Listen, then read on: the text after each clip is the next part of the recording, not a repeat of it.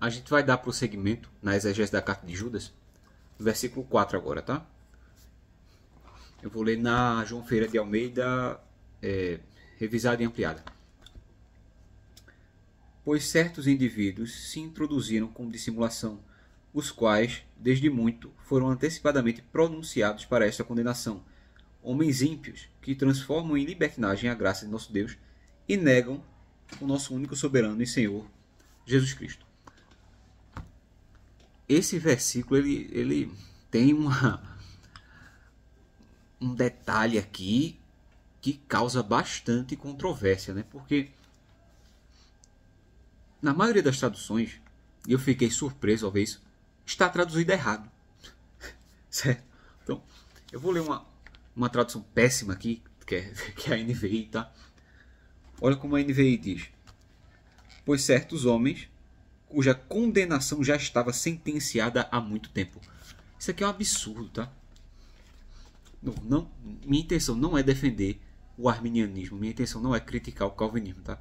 Eu vou só dizer a tradução correta da palavra, vou provar aqui com versículos, tá? Por que a tradução correta é essa? Mas vamos lá. Em português, parece, tá? Nessas traduções que eu li aqui, na João Ferreira de Almeida e na NVI, parece que o texto está dizendo que esses homens foram condenados, né? desde o princípio. E não é isso que está lá. Né? O que está lá é prografo. Prografo significa escrever antes. Algo que está escrito antes. Então, a tradução seria mais ou menos assim. Ó. Se infiltraram, pois, alguns homens, os que no passado foram escritos. Isso aqui é uma metonímia. Ou seja, é o mesmo quando eu digo li Machado de Assis. Eu não li Machado de Assis, eu li um livro de Machado de Assis. Ou então, quando Abraão diz, né, que o rico, os irmãos, os parentes do rico, tem Moisés e os profetas. O que ele quer dizer com Moisés e os profetas? Os escritos de Moisés e os profetas, tá? Então, quando se diz aqui que esses homens foram escritos, quer dizer que as ações desses homens e suas respectivas condenações foram escritas, tá certo? Ou seja, isso é malabarismo. Calma, jovem gafanhoto, eu vou provar o que eu estou dizendo, tá? Esse que foi escrito aqui, tá? Não são os homens escritos para condenação, né? Como se antes de nascer tivessem sido condenados.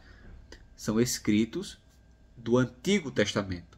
Quando se diz escrito aqui, está falando as sentenças do Antigo Testamento e seus respectivos pecados, tá? Os pecados e as sentenças para aqueles pecados. Como é que a gente prova isso? Tem várias formas, duas principalmente. Primeiro, que daqui em diante, Judas vai citar pecados do Antigo Testamento e pecadores e suas respectivas condenações, tá? Exatamente o sentido de escritos. E essa palavra ela aparece ali, esse prografo aparece outras duas vezes em Romanos 14:4 e Efésios 3:3. E adivinha o significado? Não sou eu quem está dizendo. Não é um dicionário de grego que está dizendo qualquer. É Paulo. Paulo usa essa palavra, tá? Duas vezes em Romanos 15:4 e em Efésios 3:3 com o sentido de Bíblia, de Antigo Testamento. Tá? Paulo usa, e Novo também, depois está lá em Gálatas 3:1. Quando Judas usa aqui, ele pode estar incluindo o Novo Testamento também, mas escrito aqui é escrito dos profetas. Tá? Então, esses homens que foram escritos para essa condenação é uma metonímia. Judas diz homens, mas ele está se referindo aos escritos do Antigo Testamento. Tá? Então você pode conferir aí Romanos 15:4, eu vou ler aqui. Tá?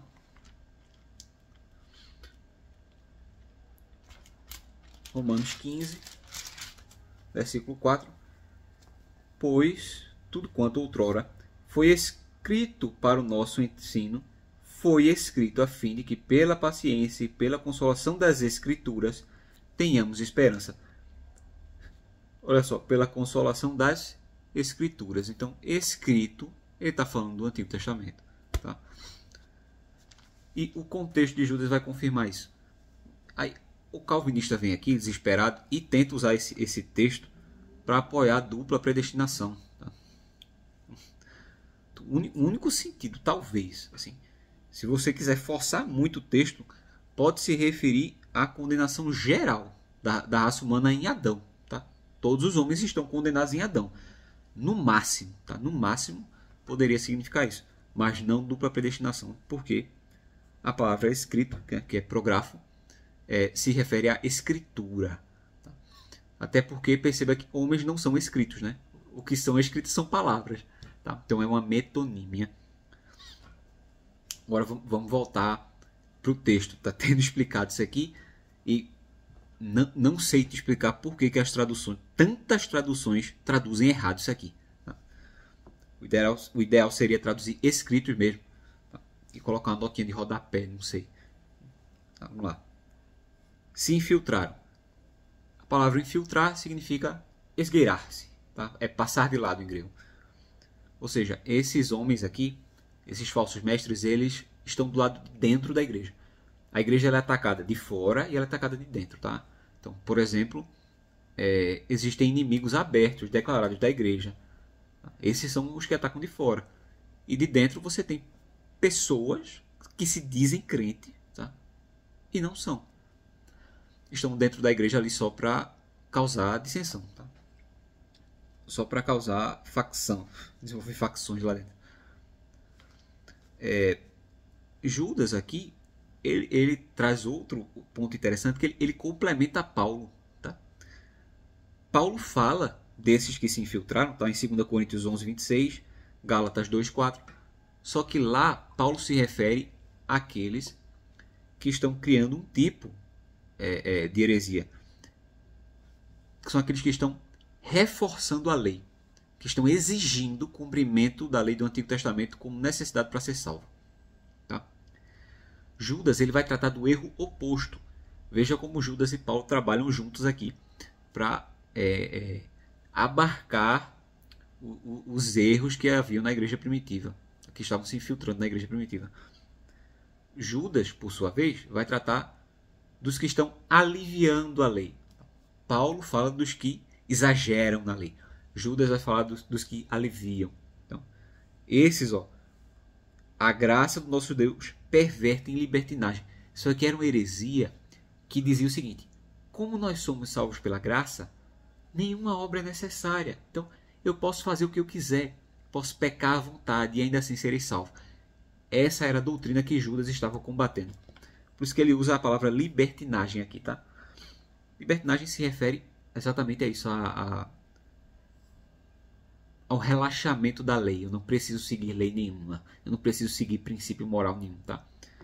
E a palavra tem uma conotação principalmente de heresia de natureza sexual, pecados de natureza sexual, tá? Vamos lá. Ímpios, aqui provavelmente existe uma pontuação, tá? Judas está bradando aqui, tá? Foram escritos para essa condenação. Ímpios, a graça do nosso Deus perverteram em libertinagem. E o único déspota e Senhor nosso Jesus Cristo negam. Vamos encerrar com esse déspota aqui, né? A maioria das Bíblias traduz simplesmente Senhor, né? Negam o único Senhor. Em grego está escrito despoten, tá? Despoten, que dá origem à nossa palavra déspota. Déspota pode parecer um insulto, mas só para o homem. Tá? Déspota é aquele que não presta contas a ninguém. Então, um homem que não presta contas a ninguém é muito soberbo, né? Agora, quando eu digo que Deus é um déspota, eu estou sendo preciso, né? Porque realmente Deus não presta contas a ninguém. Amém? Espero que você tenha entendido a questão principal nesse versículo, que é o escritos. A maioria das traduções, se você ler em português, parece estar dizendo que esses homens foram predestinados para serem destruídos, predestinados a essa condenação. Mas é em grego, tá? A palavra original que está lá, que é prografo, tá? Se refere a escrito na Bíblia, tá? Esses homens foram escritos na Bíblia. Você confere aí em Romanos 15:4, Efésios 3:3 e Gálatas 3:1. Lá em Gálatas 3:1 o sentido é de evangelho, tá? Escrito no evangelho, demonstrado no evangelho. Bom, É isso. Tem outro ponto interessante. Lembra que eu falei que Judas sempre usa grupos de 3? Nesse verso nós temos a segunda admoestação de Judas sobre como descobrir quem são os infiltrados, quem são os falsos mestres. Tá? A primeira é aquela do verso 3, onde Judas diz única fé. Tá? Ou seja, o falso mestre ele vai trazer uma fé nova. É a primeira dica que Judas dá de como identificar esses falsos mestres. A segunda está aqui, ó. Eles se infiltraram, ou seja, eles não são dos nossos. Eles não darão a vida pela igreja. Eles não se dedicarão à igreja. Eles vão trocar a igreja na primeira oportunidade por qualquer coisa, por dinheiro, o que quer que seja. Tá? Esse é o segundo. A segunda demonstração que está aqui no verso 4. E serão 9. Tá? Lembra? 3 grupos de 3. Então, Judas dirá aqui 9 conselhos de como descobrir um falso mestre. Esse aqui é o segundo. Toda vez que eu estiver comentando o versículo aqui no final, eu vou, caso aconteça, eu vou trazer a listinha, tá? Das ocorrências. Então, você já tem uma aí no versículo 3, uma agora no versículo 4. Tá? Bem, vamos para o versículo 5 agora.